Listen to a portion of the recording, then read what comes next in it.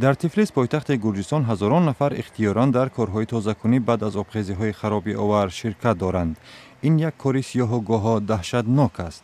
як гурӯҳи ихтиёриён рӯзи 18 июн ҷасади як зани 25-соларо пайдо карданд. бо ин шумори қурбониёни ташхисшудаи обхезӣ ба 19 нафар расид. 3 нафари дигар беному нишон боқӣ мемонанд. дар ҳамин ҳол дар пайи кушта шудани як мард аз сӯи паланги аз боғи ҳайвоноти Тифлис фирор карда мудири ин боғ барои бозпурсӣ даъват шудааст. сел боиси фирори даҳҳо ҳайвони боғи ҳайвоноти Тифлис шуда буд. дар Ереван тазоҳуркунандагон дар назди бинои ҳукумати Арманистон алайҳи нақшаи боло бурдани нархи нерӯи барқ эътироз карданд. онҳо бо ҳаво додани тухму помидорҳо талаб карданд то комиссионе ки масъалаи нархҳоро баррасӣ мекунад ҷаласаи кунуниашро қатъ намояд. дар шаҳри Пешовар дар шимолу ғарби Покистон муфтӣ Шаҳобдин Попалзай як рӯз баъд аз ҷамъоварии номи одамоне ки аз дидани моҳи нав шаҳодат додаанд, расман оғози моҳи Рамазонро эълон кард.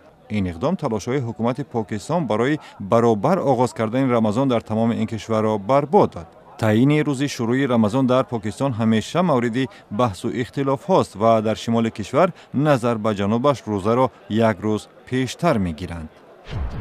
дар Кишинёв пойтахти Молдова эътирозгарон бо талаби таҳқиқи қазияи чӣ гуна гум шудани $1 миллиард аз се бонк дар маркази миллии зидди фасод гирди ҳам омаданд.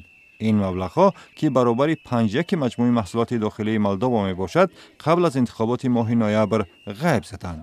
эътирози Кишинёв чанд рӯз баъд аз интихоботи маҳаллӣ доир шуд.